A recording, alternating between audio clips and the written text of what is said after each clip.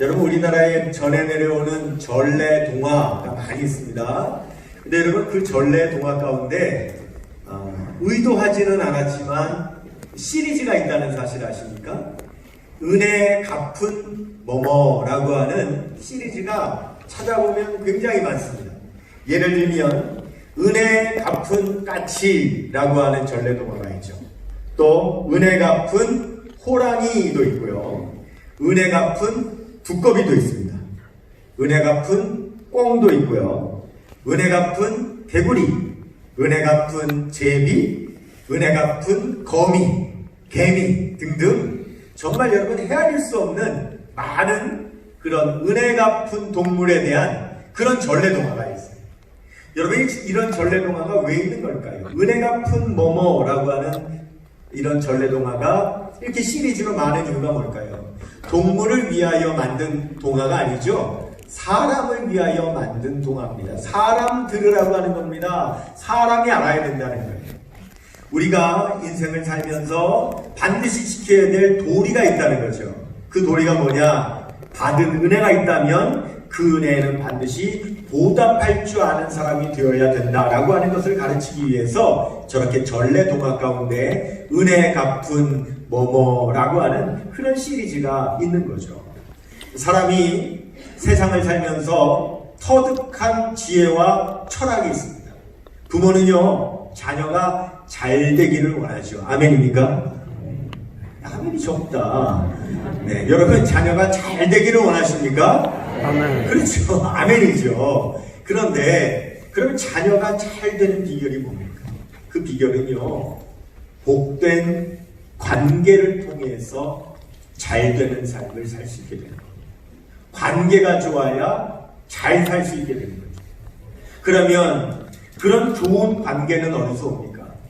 누군가로부터 은혜를 입었을 때에 그 은혜를 보답할 줄 아는 사람이 될 때 좋은 관계를 맺게 됩니다. 왜냐하면 여러분 누군가로부터 은혜를 입었다 그래서 그 사람과 좋은 관계가 되는 게 아니에요. 누군가로부터 은혜를 입기는 했지만 그 은혜에 우리가 보답하지 않는다면 도리어 관계가 더 나빠질 수 있어요. 내가 누군가에게 은혜를 베풀었는데 그가 보답하지 않고 감사하지 않고 인사하지 않고 여러분 그것을 하찮게 여긴다면 도리어 마음 가운데 그 사람을 향하여서 더 괘씸한 마음이 들 수도 있고요. 더 섭섭한 마음이 들 수도 있어서 인간관계가 더 어그러질 수도 있어요. 그렇기 때문에 우리가 누군가로부터 은혜를 입게 되면 그 은혜에 보답하게 될 때 그제서야 비로소 그 사람과의 관계가 인정받게 되는 거예요. 그러면 이런 인정받는 관계가 되면 그 다음의 관계에서는 더 복 있는 삶으로 발전해 나갈 수 있는 것이기 때문에 그제서야 비로소 우리의 삶이 잘 사는 삶이 될 수 있다라고 하는 거예요. 여러분 사람이 이 세상에 태어나서 처음부터 은혜를 베풀며 살아갈 수 있는 사람은 아무도 없죠. 우리는 이 땅에 태어나면 다 전적으로 은혜를 받으면서 삶을 시작해야 되는 거예요. 우리가 누군가로부터 은혜를 받을 때 가장 먼저 누구에게 은혜를 받습니까? 우리 하나님께로부터 은혜를 받는 줄로 믿습니다.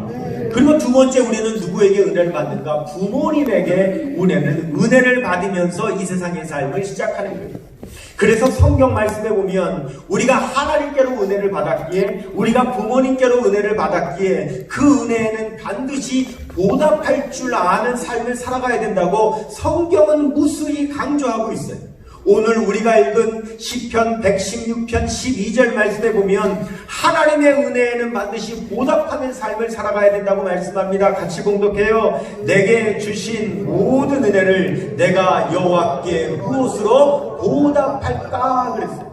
우리는 하나님께 받은 은혜를 보답해야 돼요. 그리고 우리가 부모님께 받은 은혜도 보답하기를 배우는 사람이 되어야 된다고 말씀을 하지요. 디모데전서 5장 4절입니다. 시작. 만일 어떤 과부에게 자녀나 손자들이 있거든 그들로 먼저 자기 집에서 효를 행하여 부모에게 보답하기를 배우게 하라. 이것이 하나님 앞에 받으실 만한 것이니라. 그렇게 말씀을 해요. 여러분 우리는요 받은 은혜를 보답해야 될 줄 아는데 하나님께 받은 은혜를 보답하고 부모님께 받은 은혜를 보답하기를 가장 먼저 해야 된다고 말씀하는 거예요. 그런데 우리의 삶 속에 은혜를 보답할 줄 아는 마음이 없으면 그 사람의 인생은 어떤 인생이 되냐? 심지어 우리가 하나님께 받은 은혜를 보답할 줄 모르는 삶을 살면 그 사람의 인생은 저주받은 인생이 된다고까지 성경은 말씀하고 있어요. 역대하 32장 25절을 읽게요. 시작. 히스기야가 마음이 교만하여 그 받은 은혜를 보답하지 아니함으로 진노가 그와 유다와 예루살렘에 내리게 되었더니. 여러분, 우리가 삶 속에 받은 은혜를 보답할 줄 아느냐 모르느냐에 따라서 인생의 행복과 불행이 결정되는 것이고 심지어 복과 저주가 결정된다고 말씀하고 있습니다. 그래서 우리는 반드시 은혜를 갚는 삶을 살아가야 되는데, 그러면 은혜는 어떻게 갚아야 될 것인가? 여러분, 여기서 우리가 한 가지 먼저 기억해야 될 것은 은혜와 빚은 차원이 다르다는 사실을 아셔야 돼요. 여러분, 은혜도 갚는다는 말을 쓰고 빚도 갚는다는 말을 쓰잖아요. 둘 다 갚는다고는 하지만 둘의 차원은 달라요. 어떻게 다르냐?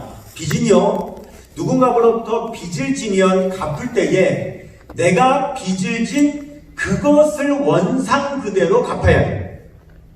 내가 누군가로부터 돈을 빌렸다면 그 사람에게는 반드시 원상 그대로 원금과 이자까지 합하여서 돈으로 갚아야 돼요. 하지만 은혜는 원상 그대로 갚을 필요는 없어요. 왜냐하면 돈을 빌려주는 사람, 즉 빌려주는 사람은 빌려줄 때에 원상 그대로 받을 것을 전제로 빌려주는 거기 때문에 우리가 원상 그대로 갚아야 되지만, 은혜라고 하는 것은, 은혜를 주는 사람은 왜 주느냐? 그 사람을 향한 사랑과 긍휼의 마음이 있기 때문에 은혜를 베푸는 거예요. 즉 내가 무엇인가를 준다 할지라도 그것을 돌려받기 위해서 주는 것이 아니라 사실은 내 사랑의 마음, 긍휼의 마음을 그 사람에게 주는 거예요. 그렇기 때문에 은혜를 갚을 때는 그 사람이 나에게 준 물질을 갚는 것이 아니라 그 물질보다도 그분이 나에게 더 귀하게 주신 그 사랑과 긍휼의 마음을 보답해 줘야 되는 거죠. 그러면 내가 그 사람의 마음을 위로하고 마음의 보람과 기쁨이 되도록 갚아줄 수 있는 것은 무엇이냐? 그것은 오직 한 가지, 감사하는 마음이에요. 그분이 나에게 사랑과 긍휼의 마음을 주었다면 나는 그분에게 감사의 마음을 줄 때에 나에게 은혜를 베풀어 준 사람은 그것으로 만족하게 되는 것이지, 내가 돈을 줬으니 너도 나에게 돈을 줘야 되고 내가 너에게 쌀을 줬으니 너는 나에게 쌀을 줘야 된다고 하는 것은 빚일지언정 은혜는 아니라고 하는 거예요. 은혜라면 쌀로 돌려주지 않아도 돼요. 돈으로 돌려주지 않아도 돼요. 하지만 그로부터 마음을 받았기에 나도 그에게 감사의 마음만큼은 반드시 돌려주어야 될 줄로 믿습니다. 그것이 은혜 갚는 방법이에요. 그런데 우리는 누군가로부터 빚을 지면 어떻게 해서든지 그 빚에 대한 원금과 이자까지 반드시 돌려주려고는 악착같이 애쓰고 노력하면서 누군가로부터 은혜를 받았다면 그로부터 받은 그 마음에 대해서만큼은 내 마음에 감사를 담아 그 마음을 반드시 돌려줘야 되겠다는 생각을 우리가 하지 못할 때가 많이 있고 많이 놓친다고 하는 사실. 여러분, 지금으로부터 한 5년 전에 있었던 저의 일을 잠깐 말씀을 드릴게요. 5년 전 어느 날 제가 성경을 묵상을 하고 있었어요. 누가복음 17장을 묵상을 하고 있었는데, 누가복음 17장에는 어떤 내용이 나오느냐면 10사람의 나병 환자가 있었어요. 그들은 마을로부터 격리돼서 저 외딴 광야에서 사람들 없는 곳을 유리하면서 그렇게 그곳에서 격리되어져서 살아가고 있었어요. 얼마나 힘들고 고통스럽게 했어요. 육신도 힘들 뿐만 아니라 마을로 들어가지 못하고 가족들도 만나지 못하는 극심한 고통 가운데 있었죠. 그런데 그들도 소문은 들었어요. 예수님이라고 하는 분이 아무도 고치지 못하는 이 나병을 고쳐주시는 분이라고 하는 그런 소문을 들어서 알고 있었어요. 그런데 마침 그들이 있는 그곳을 우리 예수님께서 지나가시는 것을 보게 된 거죠. 그들은 이 기회를 놓칠 수 없어서 예수님에게 소리 질렀어요. 예수 선생님이여, 우리를 불쌍히 여겨주세요. 우리를 구원하여 주세요. 하고 막 예수님께 막 소리를 질렀어요. 그러자 우리 예수님께서 그들을 향한 사랑과 긍휼의 마음이 있으셔서 발걸음을 멈추사 그들을 바라보시고 그들에게 이렇게 말씀하셨어요. 지금 너희의 몸을 당장 제사장에게 가서 보여라. 그렇게 말씀하셨어요. 여러분, 이게 무슨 말입니까? 그 당시에 율법에는요, 나병 환자가 나병에 걸리면 제사장한테 나병에 걸렸다고 하는 확증을 받으면, 진단을 받으면 반드시 마을 밖으로 쫓겨나가야 되고 사람이 없는 곳에서 자기들끼리 살아야 돼요. 그런데 만일 그가 나병에서 다시 나으면 그의 몸을 다시 제사장에게 보이고 제사장이 나았다라고 인정을 해주면 이제 마을 안에 들어가서 가족들과 같이 살 수 있게 된 거예요. 그런데 예수님께서 제사장에 가서 그 몸을 보이라고 말씀하시니 여러분, 이 사람들이 얼마나 놀라겠습니까? 사실 아직 나병이 나은 건 아니에요. 하지만 예수님께서 제사장에 가서 보이라고 말씀하시니 그들에게는 그 말씀이 믿음으로 받아들여졌고, 그래서 제사장에게 달려가는 중이었어요. 놀랍게도 제사장에게 가는 도중에 그들의 몸에 나병이 낫는 역사가 일어난 것을 깨닫게 돼요. 10명이 다 났어요. 놀라가지고 그 중에 한 사람이 소리를 지르면서 그 자리에서 하나님께 영광을 돌립니다. 그리고는 바로 되돌아서서 누구에게 달려가느냐? 고쳐주신 예수님께 달려가요. 예수님 앞에 엎드려서 경배하며 예수님, 내 병 고쳐주셔서 감사합니다 하고 감사의 기도를 드리는 그때에 우리 예수님께서 그 사람에게 이렇게 말씀하시는 거예요. 누가복음 17장 17절에서 19절 읽겠습니다. 예수께서 대답하여 이르시되 10사람이 다 깨끗함을 받지 아니하였느냐? 그 9은 어디에 있느냐? 이 이방인 외에는 하나님께 영광을 돌리러 돌아온 자가 없느냐 하시고 그에게 이르시되 일어나 가라, 내 믿음이 너를 구원하였느니라 하시더라. 그렇게 말씀합니다. 분명히 10사람이 다 깨끗함을 받았는데 예수님께 돌아와 감사의 인사를 드린 사람은 한 사람입니다. 예수님께서 묻는 거죠. 그러면 그 9은 도대체 어디 갔냐? 다 낫지 않았느냐? 여러분, 왜 한 사람만 돌아왔습니까? 여러분, 이 9사람은 왜 돌아오지 않았습니까? 이 9사람의 마음 가운데는 빨리 내 몸을 제사장에게 보여서 자기가 나았다는 확증을 받고 그 다음에 얼른 가족들에게 돌아가 보고 싶은 가족들을 만나고 싶은 그 마음이 자기를 고쳐주신 예수님께 감사해야 될 마음보다 더 컸기 때문에 제사장에게 달려가게 됐던 거예요. 그 중에 한 사람만 나를 고쳐주신 예수님께 가장 먼저 감사해야 되겠다는 그런 마음이 있어서 우리 예수님께 달려왔던 거예요. 예수님께서 이렇게 말씀하시죠. 그 9은 어디 있느냐? 9. 여러분, 여기 9의 의미가 뭡니까? 9은 나병으로부터 나은 사람 9이죠. 그런데 그들이 그냥 났습니까? 예수님께서 고쳐주셔서 나은 9인 줄로 믿습니다. 그러므로 이 9은 어떤 9입니까? 예수님께 은혜를 받은 9입니다. 그러나 이 9은 또 어떤 9입니까? 예수님께 은혜를 받았지만 그 받은 은혜에 감사하지 않은 9이기도 합니다. 예수님께서 은혜를 베풀어 주셨지만 예수님에게 감사하기를 잃어버린 9이라는 거죠. 제가 이 말씀을 묵상하면서 저 스스로에게 어떤 질문이 생겼어요. 내가 잃어버린 감사의 9은 무엇이 있을까 하는 그런 질문이 생깁니다. 내가 받은 은혜에 감사하지 못하고 잃어버린 나에게도 그 9이 있지 않을까? 그래서 제 성경에 빨간 펜으로 그 옆에다가 내가 잃어버린 9의 감사는 무엇인가 라고 적었어요. 근데 그 순간 성령께서 제 마음에 감동을 주십니다. 너도 지금이라도 잃어버린 감사가 있다면 지금이라도 그 감사를 해라. 지금이라도 그 받은 은혜에 보답하라 라고 하는 그 감동을 주세요. 하나님 앞에 기도했어요. 하나님, 제가 잃어버린 감사가 있다면 생각나게 해주세요. 떠올려 주세요. 하고 기도하는데 한 가지 사건이 떠오르요. 제가 이 말씀을 묵상한 것이 5년 전이라 그랬죠? 그때로부터 25년 전의 사건이에요. 그러니까 지금으로부터는 30년 전의 사건. 30년 전에, 그때로부터 25년 전에 제가 신학대학에 합격을 했어요. 신학대학에 합격한 것까지는 좋았는데 문제가 한 가지 생겼어요. 등록금이 문제였어요. 등록금을 내야 되는데 등록금을 내기가 어려운 형편인 거죠. 그래도 어머니께서 쓰셔가지고 등록금을 마련해 주셨어요.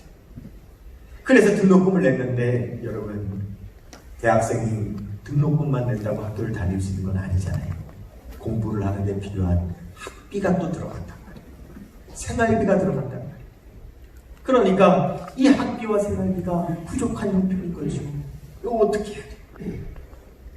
저는 그래서 그 이후부터 항상 아르바이트를 하면서 뭐 공장도 다니면서 뭐 회사에도 들어가면서 그렇게 계속 돈을 벌면서 공부를 했는데, 어쨌든 이제 입학을 하게 됐는데 등록금은 해결했는데 학비가 부족한 어려운 상황입니다. 근데 그러던 어느 날 제가 다녔던 그 모교회에 같은 구역 식구들이 있는데 그 구역 식구 가운데 아주 초신자였던 신혼 부부가 있었어요. 성도님 부부가 있었어요. 남자분은 김동욱 성도님이고 여자분은 권순아 성도님 부부가 있었는데, 어느 날 저녁에 저희 집 문 앞에 와가지고 그 권순아 성도님이 저희 어머니를 찾아요. 그 어머니께서 그분을 만나려고 밖에 나갔다가 들어오셨는데 작은 봉투 하나를 가지고 오신 거예요.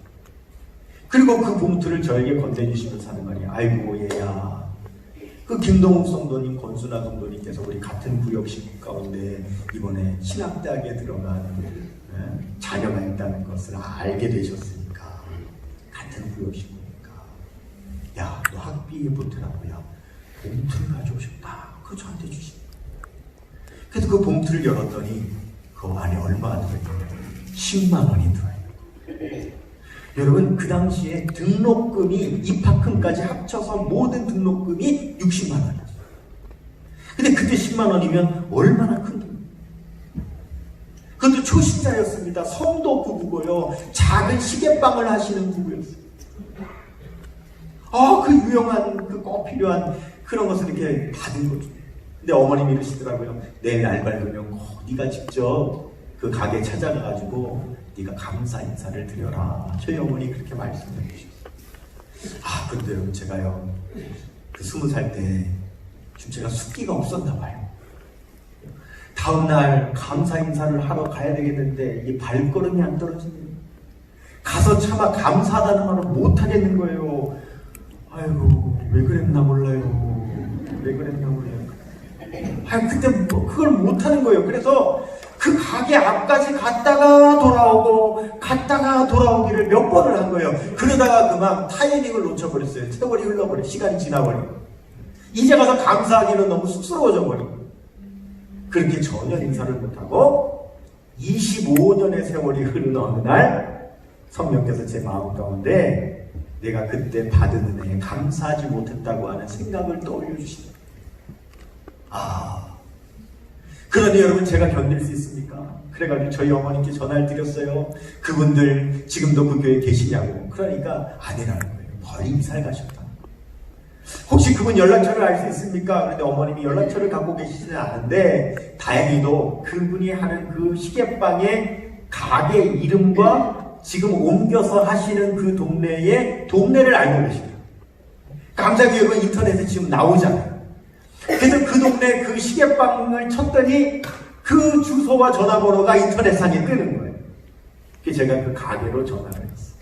전화를 해서 인사를 드리고, 혹시 기억하십니까? 25년 전에 같은 구역 식구였는데 신학교 들어간 권영입니다. 그랬더니 저를 기억을 하십니다. 그래서 잘 지내시냐고 안부 인사를 드리는데 여러분, 그분이 얼마나 당황스럽겠어요. 그렇죠? 25년이 지난 후에 갑자기 자기한테 그것도 가게로 전화를 하니 왜 전화를 했을까 얼마나 궁금할 거예요. 그래서 제가 사실은 자초지정을 제가 그분에게 이실직고를 할 수밖에 없었죠.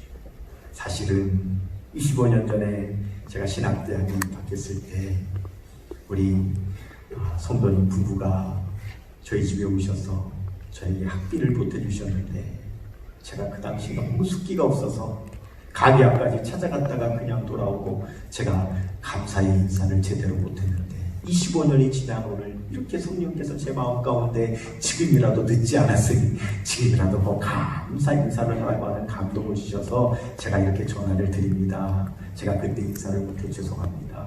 지금 제가 감사합니다 하고 인사를 드립니다. 그때 저에게 그렇게 도움을 주셔서 제가 지금까지 목회를 하고 있습니다. 목사가 되어서 목회를 하고 있습니다. 그랬더니 그분이 그제서야 그렇게 전화했다는 것을 알고는 그분의 마음 가운데 얼마나 감동을 하시는지요. 울먹이면서 전화를 받는 거예요. 사실 자기는 다 잊어버렸고요. 그리고 뭐 그렇게 별 대단한 일도 안 한 것 같은데 25년이 지난 오늘날 이렇게 기억하고 저한테 이런 연락을 주시다니요. 너무 감사합니다. 비록 제가 이사를 하느라고 그 교회는 떠나게 됐지만은 그래도 우리 목사님 제 얘기가 아닙니다. 이거 오해하지 마세요. 그분이 하는 얘기니까 목사님이 훌륭한 목사님이 되셔가지고 제 얘기가 아니라 그랬어요. 훌륭한 목사님 되셔서 목회 잘하고 계신다고 하는 얘기는 제가 들었는데 이렇게 신이 연락을 주시니 도리어 제가 영광입니다. 또 울먹었지. 그렇게 감사하다고 제가 인사를 마치고 또 그냥 있을 수 없어서 그때 제가 속초에 있었으니까 선물꾸러미를 만들었어요. 젓갈, 오징어 이런 거 담아가지고 아이스박스에 다 담아서 주소를 하니까 그 주소로 보내드렸어요. 25년에 10만원, 25년 전에 10만원 받았는데 25년 후에 10만원어치 선물 만들어가지고 보낸 거예요. 물론 그때와 지금과 여러분 무슨 액수의 차이도 있을 것이고요. 말로 할 수 없는 그 10만원으로 갚을 수 있는 건 아니죠. 그렇게 보내드렸어요. 그런데 얼마 후에 한 번은 주일날인데 세 가족이 한 분이 등록을 했어요. 남자분이. 근데 이분이 우리 교인 중에 누구 전도를 받고 오신 분이 아닌 거예요. 자진해서 왔어요. 그래서 어떻게 우리 교회를 이렇게 아시고 처음 나오셨습니까? 그랬더니 하는 말이 서울에 자기 친구가 있는데 친구가 요즘 갑자기 계속 전화를 해가지고 너 예수 믿어라, 너 속초 성교회 나가라, 거기 목사님 계시는 데 나가라고 하도 전화를 그냥 득달같이 해가지고 자기가 견디다 못해가지고 나왔다는 거예요. 그 서울에서 전화한 친구가 누구냐면 그 김동욱 집사님. 저하고 전화통화를 한 다음에 제가 속초에서 목회한다는 걸 알고는 저는 저의 전화를 끊고 뭐가 생각이 나느냐? 속초에 살고 있는 자기 친구 생각이 난 거예요. 그래서 그 친구에게 전화를 걸어서 너 속초에 있는 속초 성교회 나가라 전화를 해서 그 새 영혼이 그 교회에 오는 역사가 일어나게 된 거예요. 참 놀랍죠? 여러분 따라하십시다. 감사는 또 다른 감사를 부른다. 또 다른 감사를 부른다. 아멘.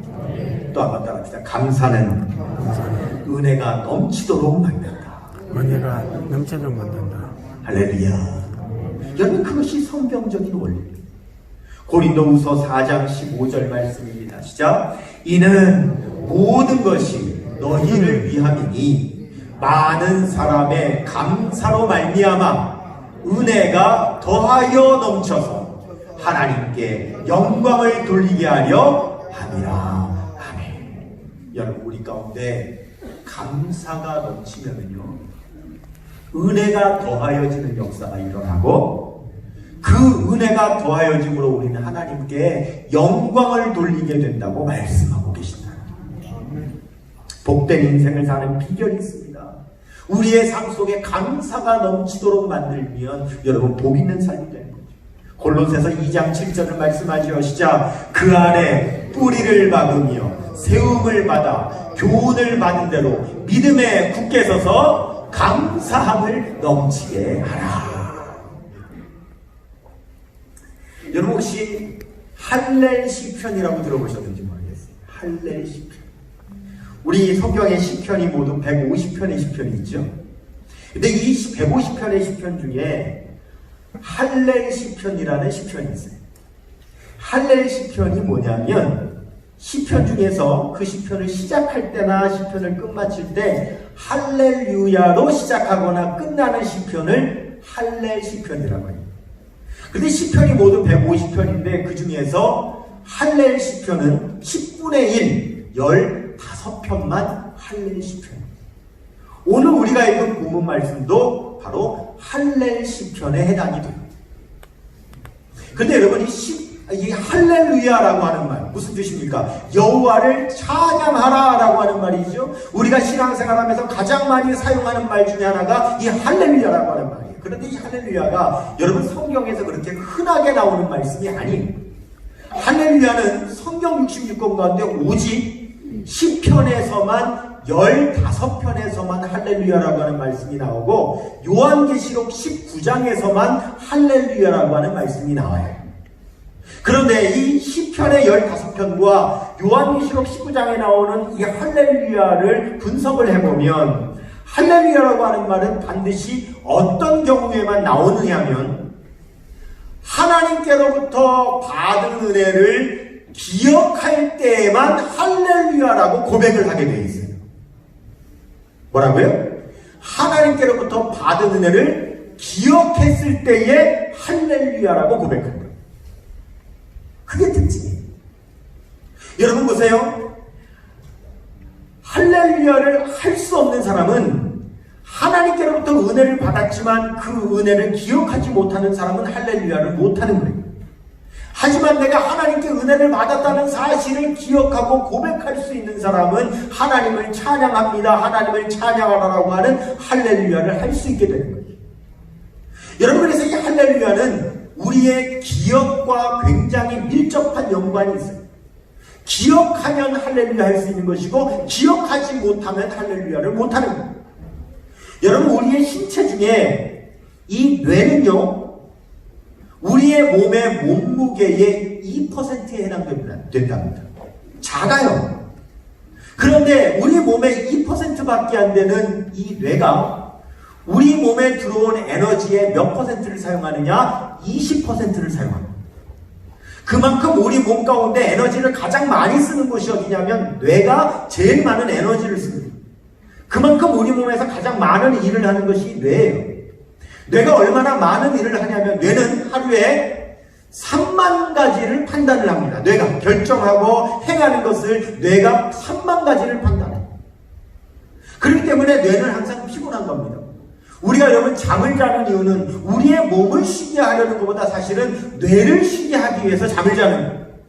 우리의 뇌가 그렇게 많은 일을 하니까 우리의 뇌는 피곤해가지고 하루에 3만 가지 일을 했지만 3만 가지를 다 기억을 안 하려고 그래요. 왜냐하면 피곤하니까. 그래서 몇 가지를 기억하느냐? 우리가 3만 가지를 판단해도 그 중에서 골라가지고 500가지만 우리의 뇌는 기억을 한다고.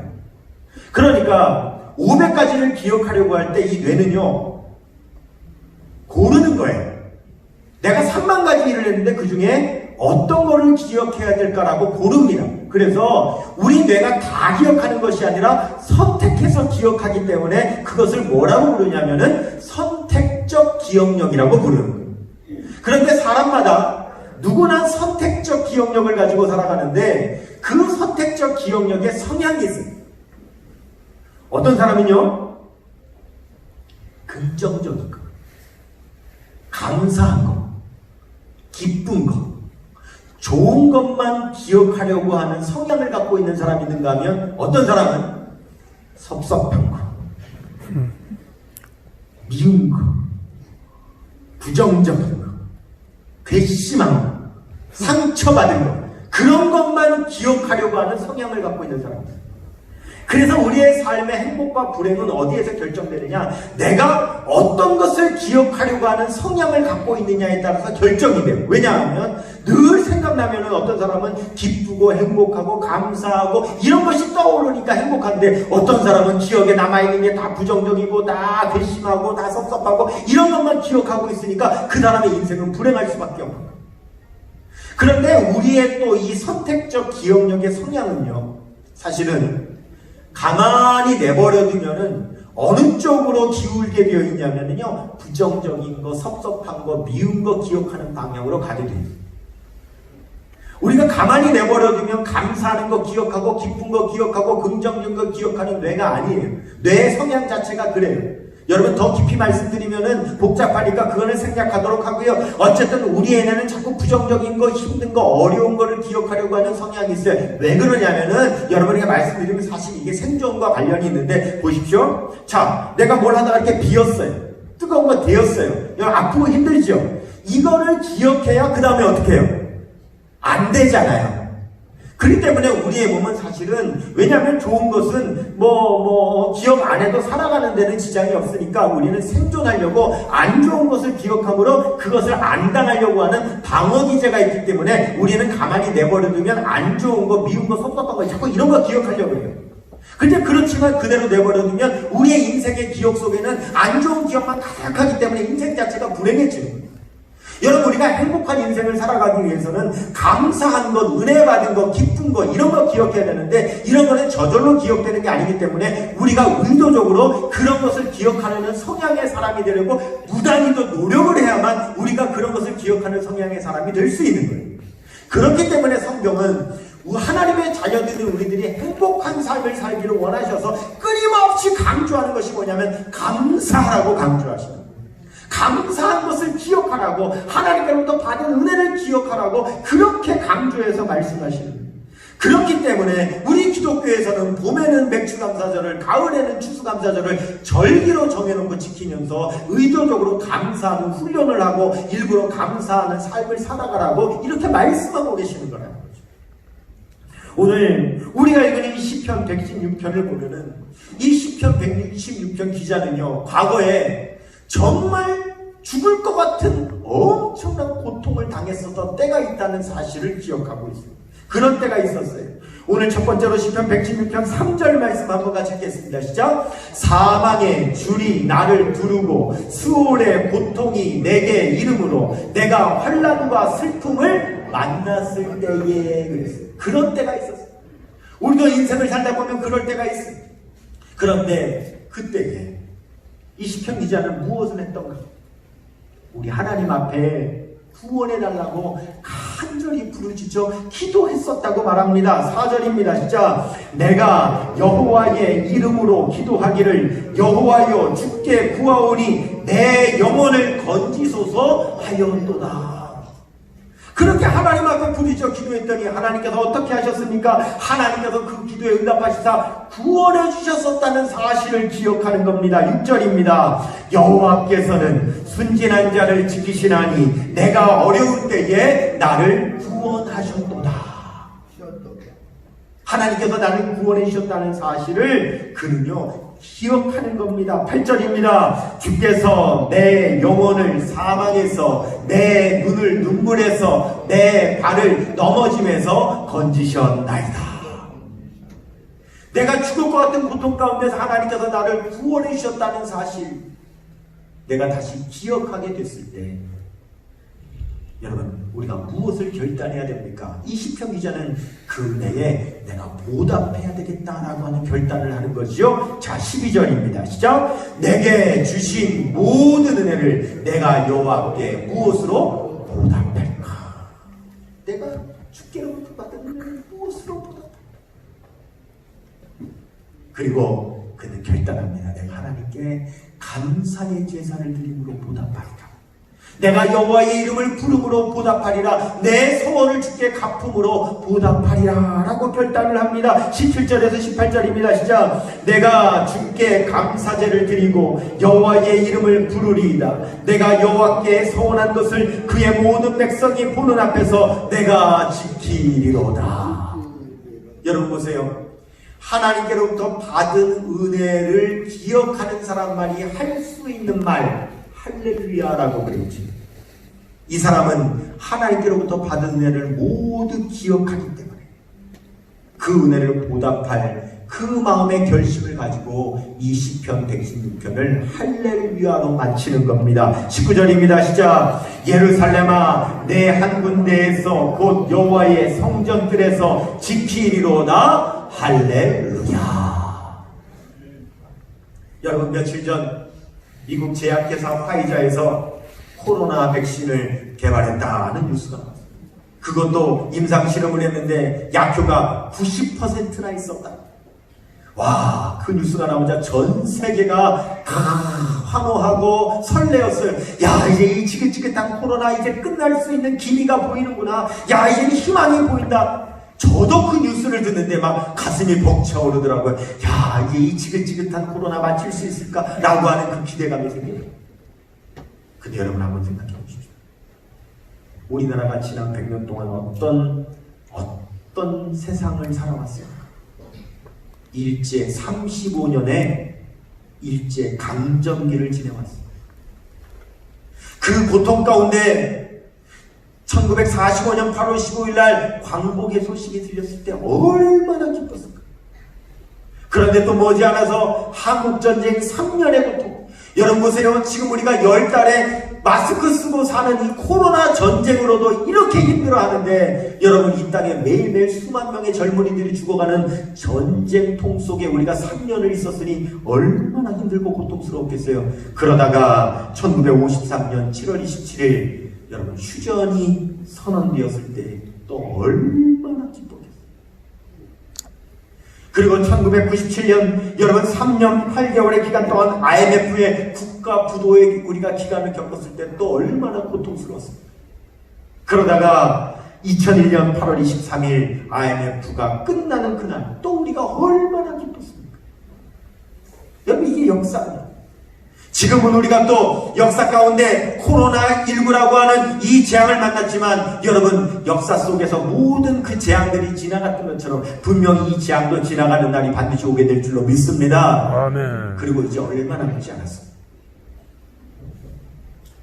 여러분 그런데 우리가 더 웃습니다. 역사 속에 분명히 코로나가 우리의 기억 속에 남아있을 텐데 우리는 그 기억 속에도 코로나가 우리에게는 어떤 날이었다고 기억이 됩니다. 코로나의 어려움 속에서 나는 하나님께 부르짖어 기도했었다고 그렇게 기억되는 날이 여러분의 삶 가운데 되시기를 축원합니다. 아멘. 코로나 나 그때 기도했었어. 나 그때 하나님 앞에 부르짖어 기도했었어. 그리고 이 코로나를 기억할 때 하나님께서 그 기도에 응답하셔서 그 코로나가 마치기까지 나를 살려주시고 보호하시고 인도해 주셨어. 여러분 그렇게 기억되시는 지금 이 코로나의 이 시기가 우리의 역사 속에 저와 여러분에게 그렇게 기억되는 날 되시기를 축원합니다. 아멘. 그러면 우리는 먼 날 오늘을 돌아보며 하나님께서 구원해 주셨음을 감사합니다. 할렐루야 하나님께 찬송 영광 돌리는 여러분 그러한 우리의 삶이 되는 우리 사랑하는 모든 주의 백성들 다 되시기를 주님의 이름으로 축원합니다. 우리 모두 다 같이 자리에서 일어나셔서 그렇습니다. 우리가 오늘까지 지내온 것도 주의 은혜인 것처럼 앞으로도 우리는 주님의 은혜로 살아왔다고 고백하게 됩니다.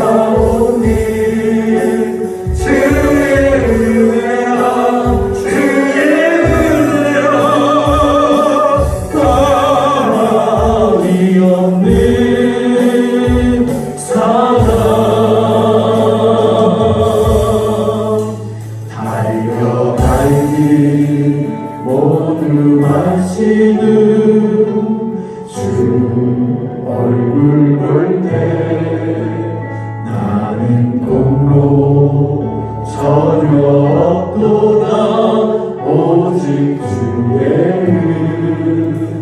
은혜라. 계속 반주해 주시고 이 시간에 여러분 소원 있으신 분들 가슴에 손을 얹으시고 몸이 아픈 분들은 아픈 부위에 손을 얹으시고 지금까지 우리에게 베풀어 주신 은혜를 먼저 생각합니다.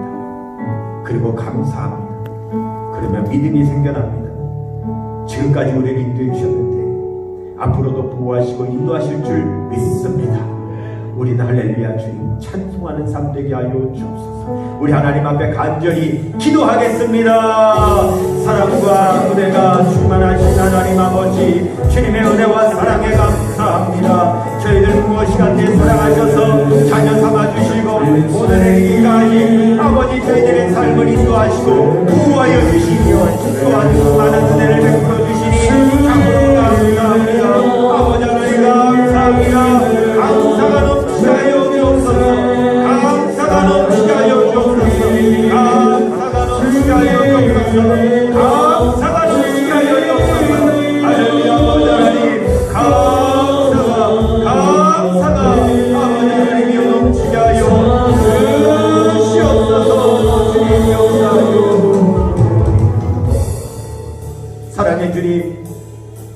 감사합니다. 이 시간에 주께로부터 받은 은혜가 너무너무 큽니다. 때로 우리가 그 은혜를 기억하지 못하고 감사하지 못할 때가 많았음을 고백합니다. 용서하여 주옵소서. 그러나 지금이라도 성령으로 감동하여 주셔서 깨닫게 하여 주시고 생각나게 하여 주시고 우리에게서 하나님 다시 한번 감사가 넘치는 삶이 되게 하여 주옵소서. 여호와께 받은 은혜를 보답하는 삶이 되게 하여 주시옵소서. 이 시간에 간절한 소원이 있어 가슴에 손을 얹어 싸우니 응답하여 주옵소서. 아멘. 아픈 부위가 있어 아픈 부위에 손을 얹어 싸우니 치료하여 주옵소서. 아멘. 그리하여 하나님께로부터 받은 은혜를 기억하며 우리의 입과 우리의 삶 속에 우리의 교회에 우리의 가정에 할렐루야가 넘치는 삶이 되게 하여 주옵소서. 아멘. 나사렛 예수 그리스도 우리 주님의 이름으로 명하노니 소원이 있어 가슴에 손을 얹은 성도들마다 치유될지어다. 아멘. 응답될지어다. 아멘. 아픈 부위가 있어 손을 얹은 성도들마다 완전히 회복될지어다. 지금은 우리의 구주가 되시는 예수 그리스도의 은혜와 하나님 아버지의 극진하신 사랑하심과 성령님의 감화감동 인도 교통하심의 역사가 주께로부터 받은 은혜를 무엇으로 보답할까? 그 은혜를 기억하며 감사하며 감사가 넘침으로 은혜가 넘치고 우리의 할렐루야로 하나님 앞에 찬양 영광 올려드리는 삶이 되기를 소망하는 주의 백성들의 삶과 가정과 도와 몸된 교회 위에 이제로부터 영원토록 함께 하시기를 간절히 축원하옵나이다. 아멘.